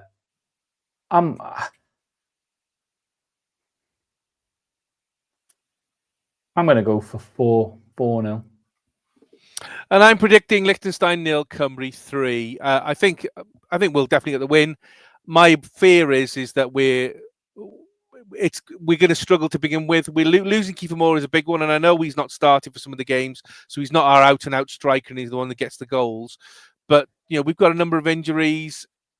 I hope we don't concede first, because then our heads will go down and make it more difficult. But I can see us winning, just not as many as we'd like, because ideally we'd like a 6-0 win, so we could just wipe out the goal difference, because that will be important in the next game, which we'll talk about in a minute. But yeah, 3-0 win. I think Cymru will move on to the next level. So let's wrap those chips up to keep them warm.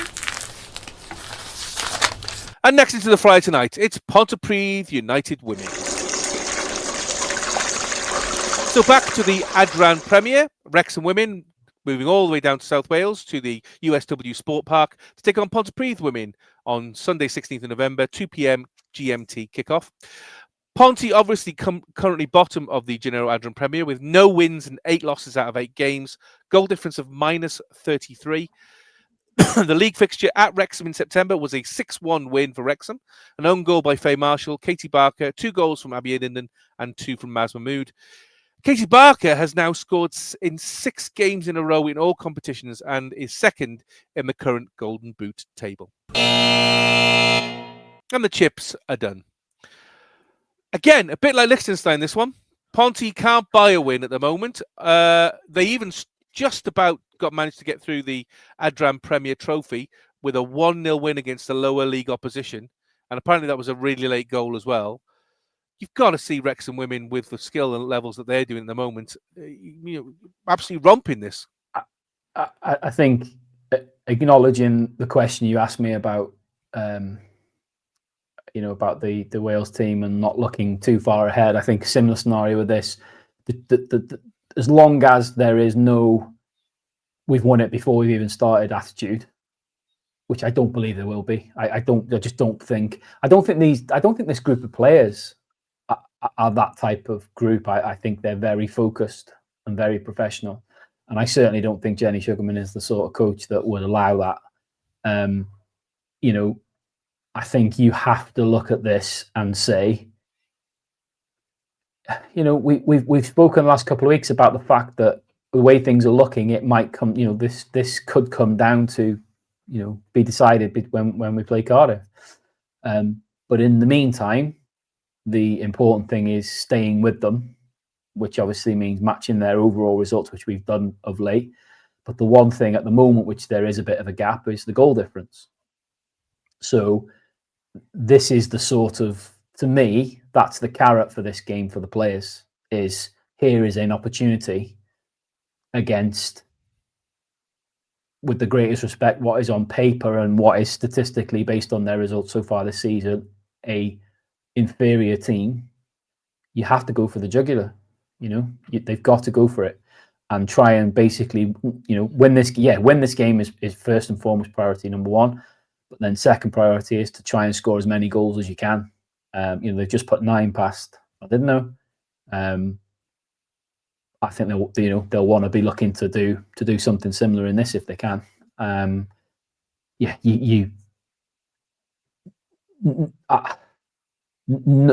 don't think I don't think anyone could make a case for. I I don't think anyone can make a case for Pontypridd having any chance in this game, to be honest. Clip that up because you know what's going to happen next. The most interesting bit, obviously, is while we're playing Pontypridd, Cardiff play Swansea. Yeah. So it'll be very interesting because if Swansea manage to get anything out of that game, that opens the door for us potentially. Because it's the thing in my head. It's like once we get ahead, when we're not chasing anymore, once we get ahead, can we stay ahead? Yeah. And I think that's the big thing for me. I mean, I don't think Swansea will. I mean, they might get a draw out of it, but I think Cardiff are too good. I think.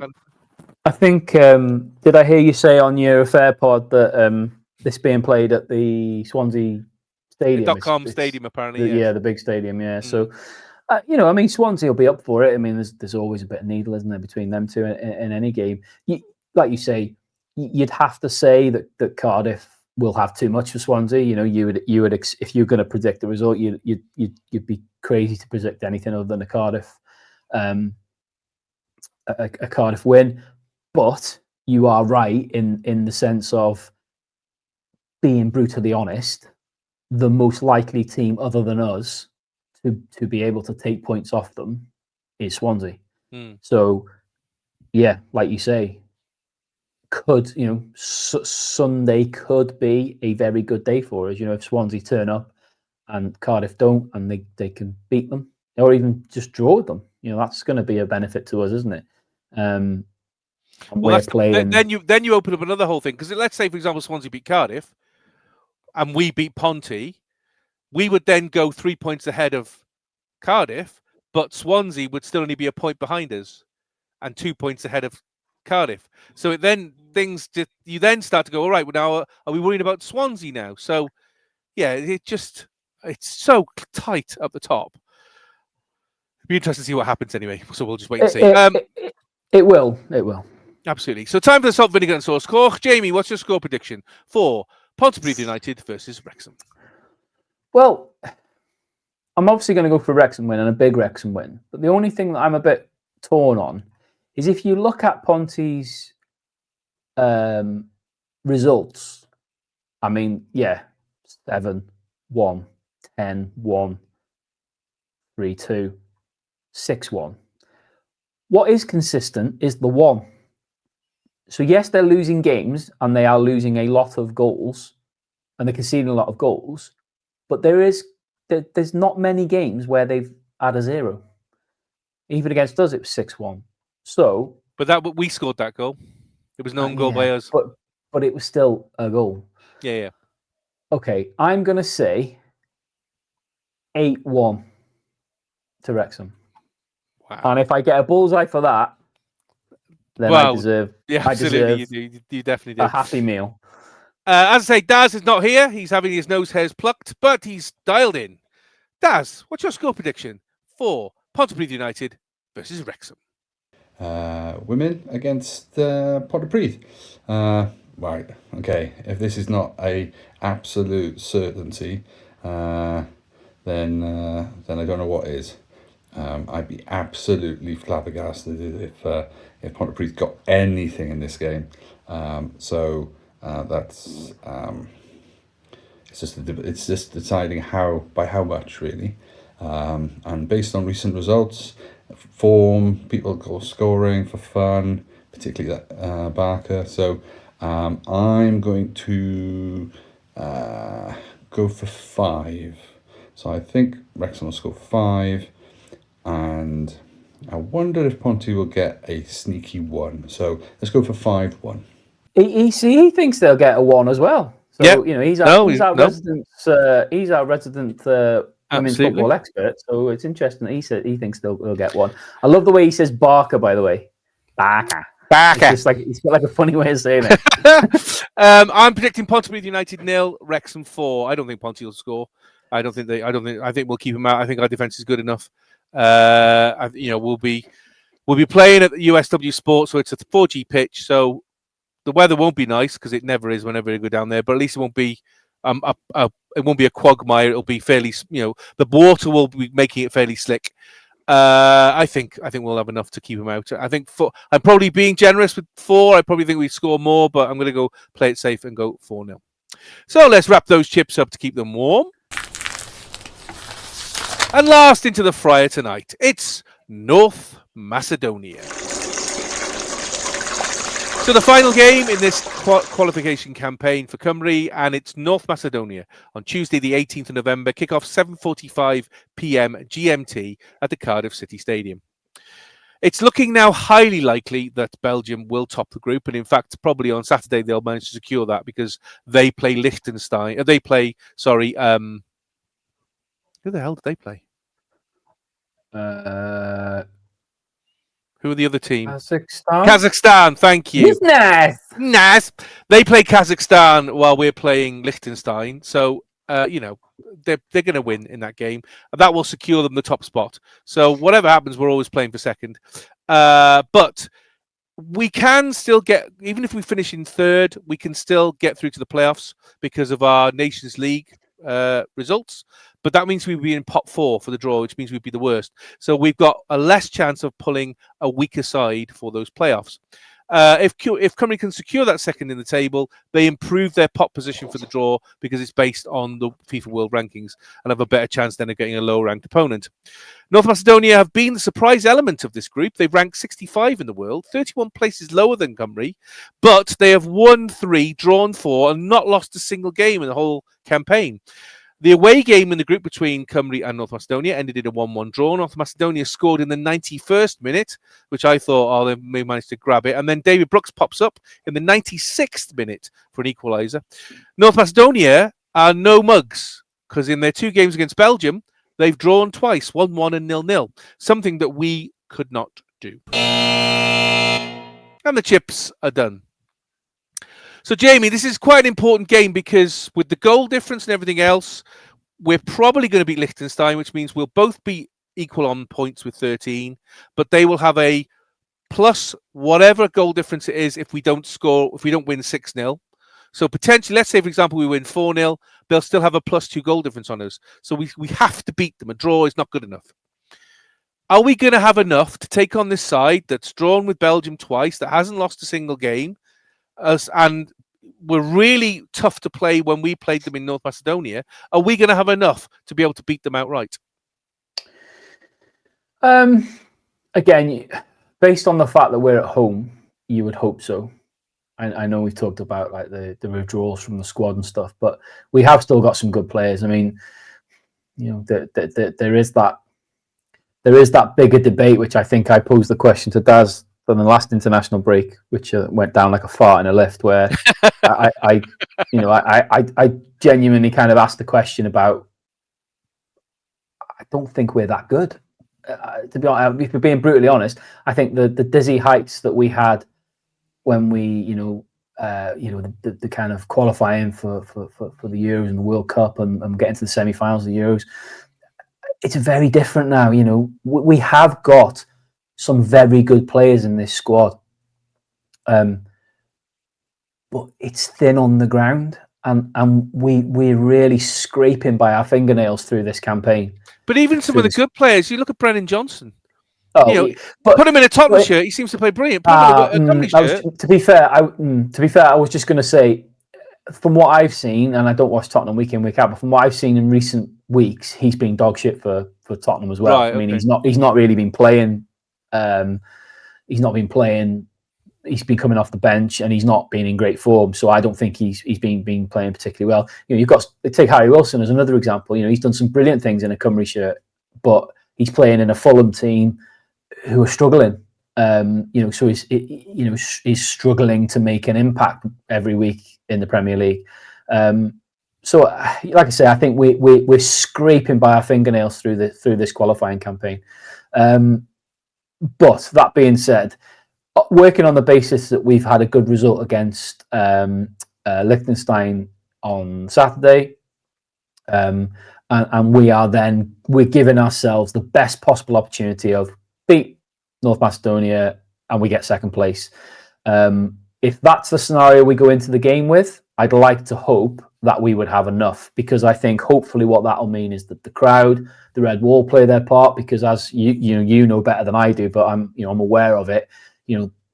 The atmosphere that they can create in this in the CCS is massive. We saw it a little bit in that Belgium game. It started off and it was electric. It was just unfortunately that they had good quality and it stifled it. But I think if we can get, if we go into that game with a good result, or good win against Lichtenstein, knowing that if we go and we win this game, we secure second place, which gives us the best opportunity in the playoffs. Then I think the crowd will be up for it. I'd like to think the players will be up for it. Bellamy, you'd assume, will be well up for it, and hopefully we'll drill that into the players. And as much as I wholeheartedly agree with you, North Macedonia are absolutely no pushovers and shouldn't be taken for granted or taken lightly. We struggled against them when we played them. Like you said, they've had some very credible. They had two very credible draws against Belgium. And from what I remember when we played them, they had a couple of individual players who were maybe just on the night, I don't know, were bloody brilliant. So I think we need a fast start. We need to try and ideally get a goal early. I think that will help everybody. But I absolutely not a given. But I think we should still have enough to get the job done. So time for the salt vinegar and sauce score. I'll go first in this one. I have to be honest, I agree with Jamie. I don't think we're good enough. I think we are flattering to deceive. We've lost some key players, particularly Ben Davies at the back. And I know he got injured during the Belgian game, but it's important to have somebody like him at the back. And I think they're going to know that what to get here, because they know if they get second place, that puts them in a great position for the playoffs. And there are some terrifying teams in those runners-up. I mean, Scotland are in there. I mean, I was looking at Italy and I think it's Denmark, are both vying to be second in one group. You wouldn't want to meet either of those at any point in the playoffs, because they're both terrifying teams. And I just don't think we're good enough. I really don't. And I think, unfortunately, it's going to be Cymru 1, North Macedonia 2. I think we're going to lose. And I think it's going to be a wake-up call for people then suddenly go, okay, so what's happening here then? Well, where are we? Because we're going backwards suddenly. Because we seem to have been going backwards a little bit this year. We had a great start with Craig Bellamy, brilliant. But that seems to have dulled over the last few games. I think with the best will in the world, though, that there was that wave of new manager bounce. There was that wave of when he came in and his kind of taking the shackles off, letting the handbrake off. And I think the players very much bought into that, and everything was kind of on an upward trajectory at the start. But it comes back now to a scenario where that fire's kind of fizzled out a little bit, and like you've just said yourself, that we're getting found out a little bit that we aren't very good. No. And the real worry beyond this qualifying campaign is what's after this, because I mean, I don't know, maybe you and Daz have got a better idea, but I'm not aware of too many Welsh players at the lower levels who are like setting the world on fire. I mean, I'm sure there's some very good players in there, but there's not like an emerging star that I'm aware of or anything else. So the fear for me is, are we going to go back to the days that you and I remember? And obviously you and Daz far better than me, which is before this huge wave we've had for the last 10 years. If anything, Jamie, it could be worse. Because we're now going to get a load of players who aren't playing first-team football. No. At least in the olden days, we used to have maybe 4 players who were at the top of their game playing first-team football. And then you'd have another 20 players around them who weren't very good. And you kind of, the 4 players or 5 players would carry you through. An Ian Rush, a Dean Saunders, a Ryan Giggs, a Mark Hughes. They would carry you through and get you to moments of glory. Yeah. We're going to struggle to. We've got no keepers who are playing first team football at the moment. No. As you said, we're getting players who aren't getting first team at Fulham, first team at Tottenham. It's a lot of our players are from the Championship. So I think it's only going to get worse. So sorry, that's a bigger conversation after the qualifying campaign. I think that's a definite conversation for us to all have when Daz is back, because he would definitely have an opinion on that. And speaking of Daz, what's your score prediction for Cymru versus North Macedonia?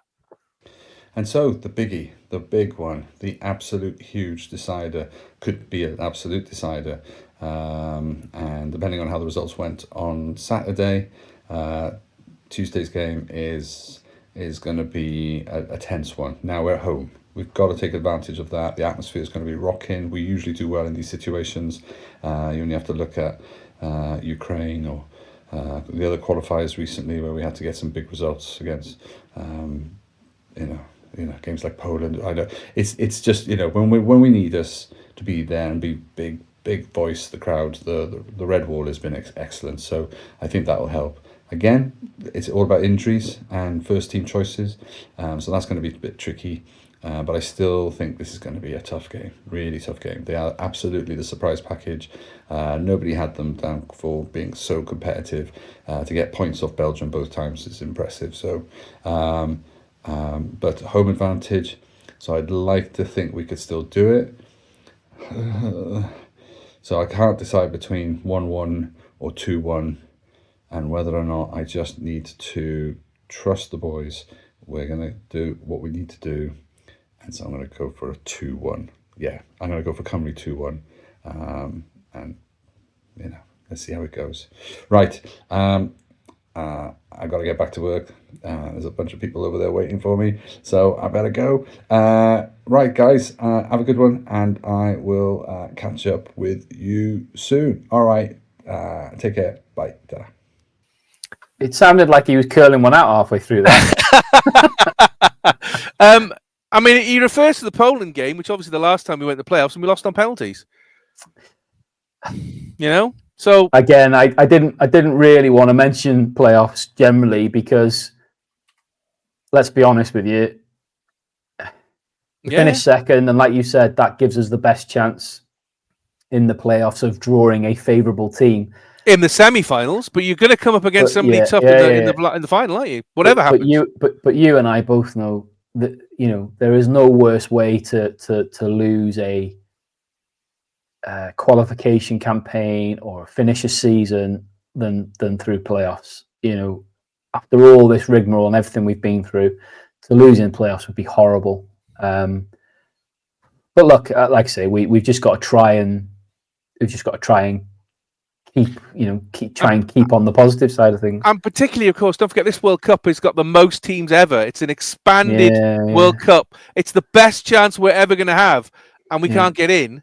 No, I think that says everything to me. Anyway, what's your score prediction for Cymru versus North Macedonia? I am going to pull out chip shop shithousery here. I'm going to say 2-1 to Wales as well.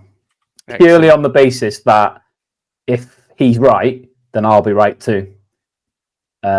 If Wales win but it's not 2-1, then we get the same points. If it's any other result, then he'll be in the same boat as me. So, yeah, chip shop shithousery. Just matching his scores, that's fair enough. So, let's wrap those chips up to keep them warm. And we'll be looking back at all three of these games in next week's pod.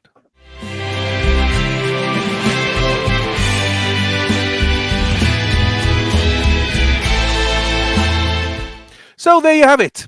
All over for another week. Next week, we'll be looking back at the two Cymru International Games and Wrexham Women's visit to Pontypridd United before Wrexham Men return to league action, making a visit to Ipswich Town and hosting Bristol City midweek, while the women play in the first round proper of the Bute Energy Women's FA Cup, travelling to Rhyl on the northwest coast to take on NFA FC.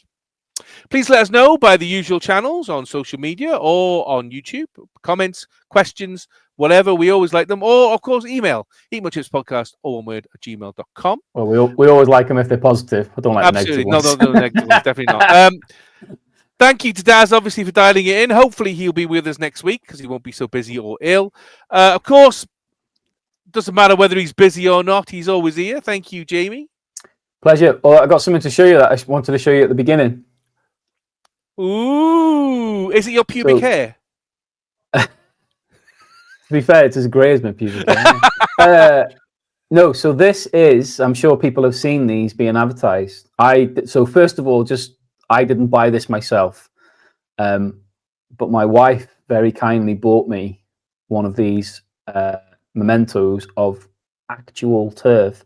And this is one of the super duper limited edition ones. So this one is number 335 of 1864.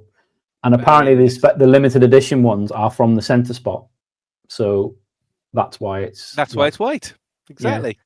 Yeah. Very nice. Is it good quality? It's lovely. I mean, don't get me wrong. It's crazy. The money is crazy for what it is. But it's a lovely... it's a lovely presentation. So obviously it sits in there like that. So it's sitting on my desk. But I must admit, I was a little bit, what's the word? A little bit sad when I told you that I got this, and you informed me that. Now listen, if there's anyone from Wrexham Football Club listening, somebody tripped me over. I fell onto the pitch, and as I got up, there was a little bit of the turf stuck in between my fingers against the Charlton. And I because I didn't have any pockets in my trousers, I gave it to you to look after for me. I wasn't on the pitch. No, I wasn't on the pitch. No, you gave it to me. Like I say, I wasn't on the pitch by my own duress. I was tripped. I was tripped onto the pitch. Yeah. And I. If it's any consolation, for free, it's now growing lovely in my back garden. I know, so it made me chuckle, the fact that I gave you the bits that I fell onto and caught in my hand, and you've grown them and watered them and fed them, and it's so you've got your own version. You've got 1865. It looks like the top of Beaker's head at the moment because it's very, very long and whatever. But it's that is quite funny. But don't get me wrong, as a presentation. Yeah, I was going to say, in all seriousness, if anybody, obviously, I appreciate that this one, the limited edition one, is expensive, but there were other versions, I believe. I didn't look at it in too much detail, but I think there were other versions, just different parts of the pitch, which were a bit cheaper. But as like a nice gift or a memento for somebody, it's lovely because it's got like a little foil dragon on the bottom, and it comes with a little certificate of authenticity as well. So maybe I should cut bits out of the garden and just put it in, and maybe I won't do that.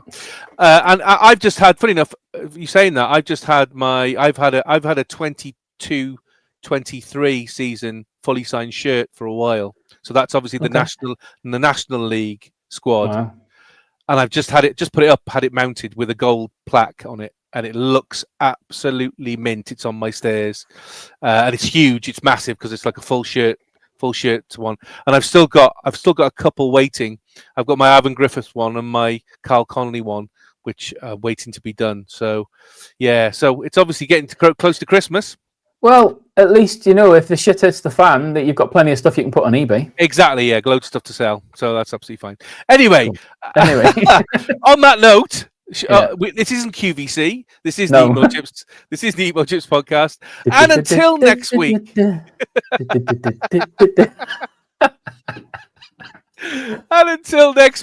that note, come on, Cymru! Oh, so I'll be there at Pontypridd on Sunday if any of you are going, and Daz and I will both be there at North Macedonia on Tuesday. I'm not going to Lichtenstein because it's too far away. So if you're there, Flopred. I know, rubbish. So we'll see you there. But obviously, until next week, come on, Cymru, and come on the town.